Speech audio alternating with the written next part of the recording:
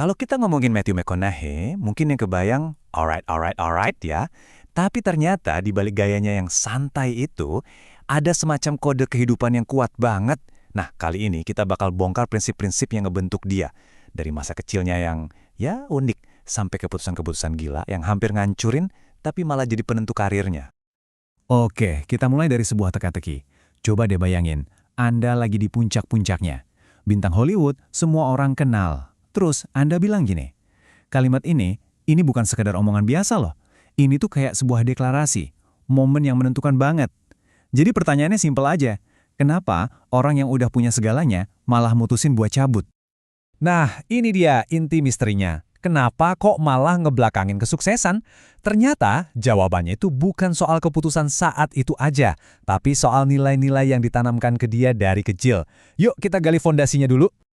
Jadi, biar ngerti kenapa pilihannya bisa seradikal itu, kita harus mundur dulu, lihat ke akarnya. Cara dia dibesarkan itu unik banget. Campuran antara kepercayaan diri yang super tinggi, tapi di sisi lain kerendahan hati yang dipaksakan dengan keras. Dualitas inilah yang ngebentuk cara dia mandang hidup. Coba lihat dua ide ini. Di satu sisi, ibunya selalu bilang, jalan tuh kayak kamu yang punya tempat ini. Keren kan? Bikin pede banget. Tapi di sisi lain, begitu egonya mulai kelihatan, wah, langsung dibikin rendah hati saat itu juga. Jadi ini kayak tarik ulur terus-menerus antara dibangunin sama dijatuhin lagi ke bumi.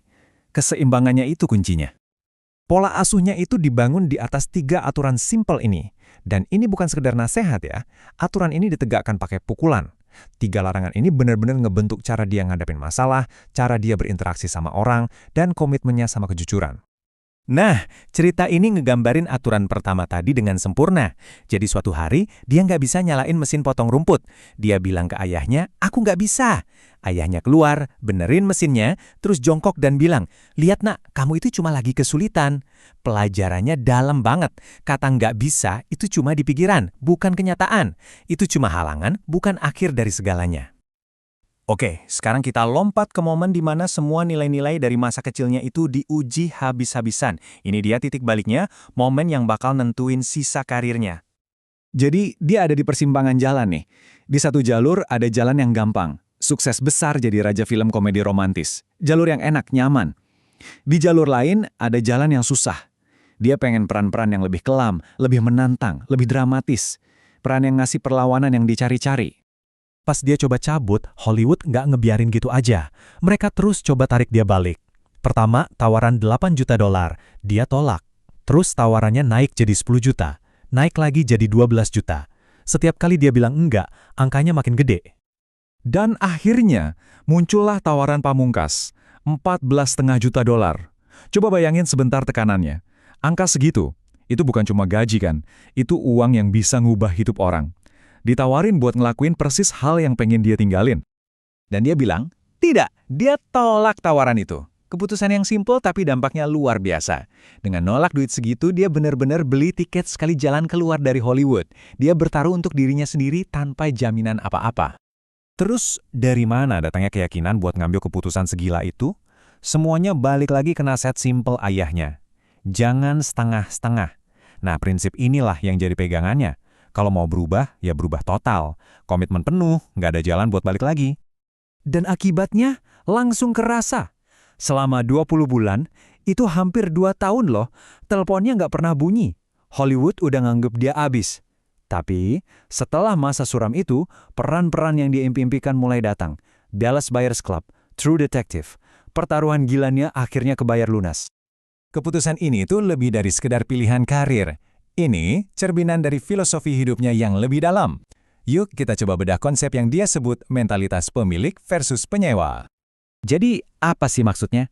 Sederhananya gini, waktu kita mulai sesuatu, entah itu kerjaan, hubungan, atau proyek apapun, kita masuk dengan niat buat bertahan kalau ada masalah, atau kita udah siap-siap cari jalan keluar dari awal.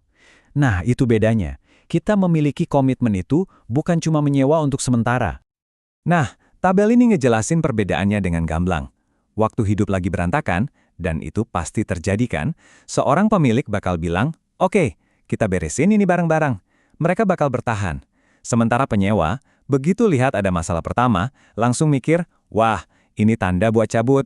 Mereka terlalu cepat nyerah, ninggalin sesuatu yang mungkin aja bisa berhasil kalau mereka mau bertahan sedikit lebih lama. Ini ngebawa kita ke pilar terakhir dari filosofinya. Ide kalau kita itu seharusnya nggak lari dari kesulitan. Malah sebaliknya, kita harus nyariin kesulitan itu. Dia percaya kalau tantangan dan batasan itu bukan penghalang, tapi justru bensin buat kita bertumbuh dan ngejalanin hidup yang lebih berarti. Ini nih, pandangan yang kuat banget. Bedanya antara kurang terkesan sama lebih terlibat. Kalau kurang terkesan, itu artinya kita cuma jadi penonton. Cuman kagum doang, tapi nggak berani ngasih kontribusi. Tapi kalau lebih terlibat, kita sadar kita pantas ada di situ. Kita punya tanggung jawab buat ikut ngasih masukan, buat ngedorong, dan buat ninggalin jejak kita sendiri. Coba deh pikirin kayak gini, seperti yang digambarin di grafik ini. Kenyamanan itu emang enak sekarang, itu keuntungan jangka pendek. Tapi tantangan, jalan yang lebih susah, itu aset jangka panjang.